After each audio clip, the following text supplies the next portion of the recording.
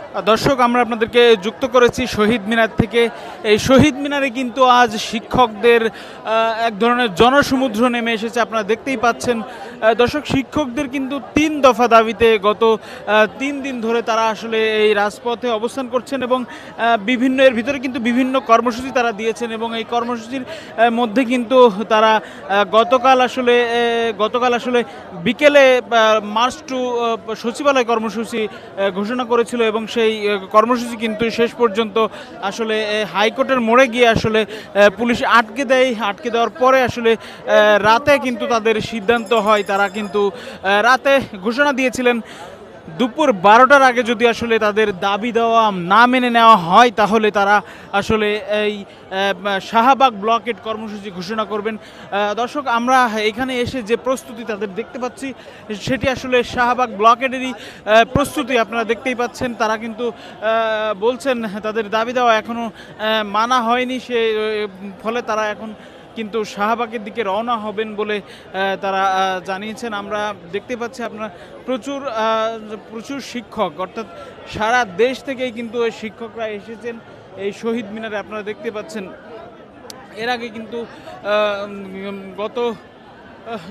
কিন্তু গত 13ই অক্টোবর কিন্তু আসলে এই শিক্ষকদের সমাবেশে সেখানে কিন্তু শহীদ মিনার প্রেস ক্লাবের সামনে আসলে শিক্ষকদের যে সমাবেশ হচ্ছিল সেই সমাবেশে কিন্তু পুলিশে লাঠিপেটা করে এবং তারা কিন্তু তার প্রতিবাদে আসলে এই শহীদ মিনারে এসে আসলে অবস্থান কর্মসূচি পালন করছিলেন। দর্শক, এছাড়া কিন্তু বিভিন্ন রাজনৈতিক দলের পক্ষ থেকে আসলে এই শিক্ষকদের কর্মসূচিতে আসলে সংহতি জানানো হয়েছে এবং এই শিক্ষকদের দাবি দেওয়া মেনে নিতে আসলে তাদেরকে সরকারের প্রতি আহ্বান করা হয়েছে। দর্শক, আমরা এখানে কয়েকজন শিক্ষকের সঙ্গে কথা বলে আপনাদেরকে শোনানোর চেষ্টা করব তাদের পরবর্তী পদক্ষেপ বা তারা এখন কি করতে যাচ্ছেন।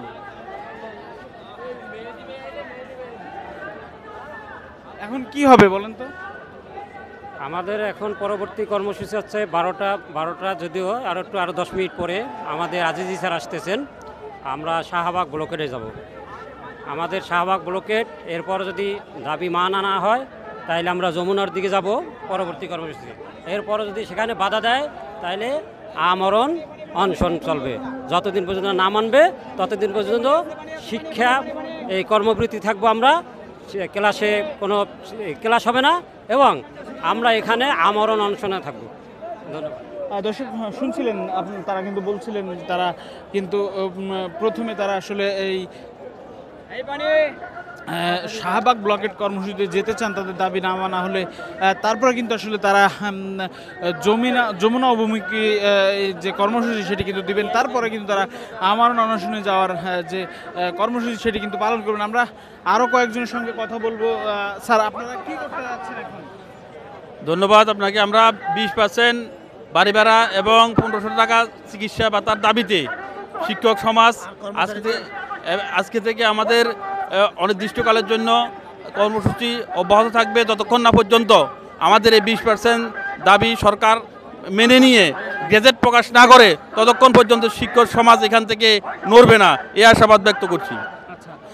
আপনাদের যে দাবি মানার কথা বলা হচ্ছিল সেই বিষয়ে আসলে কোনো সরকারের পক্ষ থেকে কোনো পদক্ষেপ আসছে? না, অরিজিনালি আমাদের সেরকম প্রাপ্য কোনো কিছু দেয় না। বারবারই আমরা প্রতারিত হচ্ছি। আমাদের একটা প্রহসনের আশা, আমাদেরকে একটা প্রহসনের আশ্বাস দিচ্ছে। এটা একটা, এই সরকারকে আমরা আনলাম এত কষ্ট করে, আমাদের সন্তান তারা এত সংগ্রাম করলো এই একটা ন্যায্য অধিকার প্রাপ্তির জন্য। সেই দেশে যদি আজকে সব শিক্ষকের বেলা অন্যায্য ঘটে, আমরা তাদের শ্রম মেধা দিয়ে তাদেরকে মানুষ করেছি, অথচ তারাই আমাদের সাথে বেইমানি করে। আজকে জাতির কাছে এইটাই আমাদের প্রশ্ন যে আমরা যেন একটা সঠিক ন্যায্য অধিকার পাই। এই বাংলার শিক্ষক হয়ে, বাংলাদেশের শিক্ষক হয়ে আমরা যেন একটা অধিকার প্রতিষ্ঠা করতে পারি। দাবি না মানলে আপনাদের পরবর্তী পদক্ষেপ কি?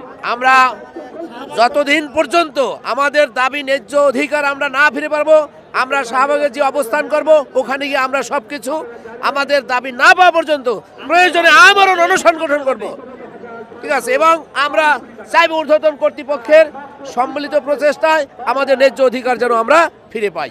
কতজন শিক্ষক আসছে? কোথা থেকে আসছে? এখানে আমরা আসছি সেই সুদূর বরিশাল থেকে, একদম টেকনাফ হইতে তেতুলিয়া পর্যন্ত সমস্ত জায়গার শিক্ষক এখানে উপস্থিত হয়েছেন এবং আমাদের একটাই দাবি না পাওয়া পর্যন্ত আমরা রাজপথ ছাড়বো না ইনশাল্লাহ।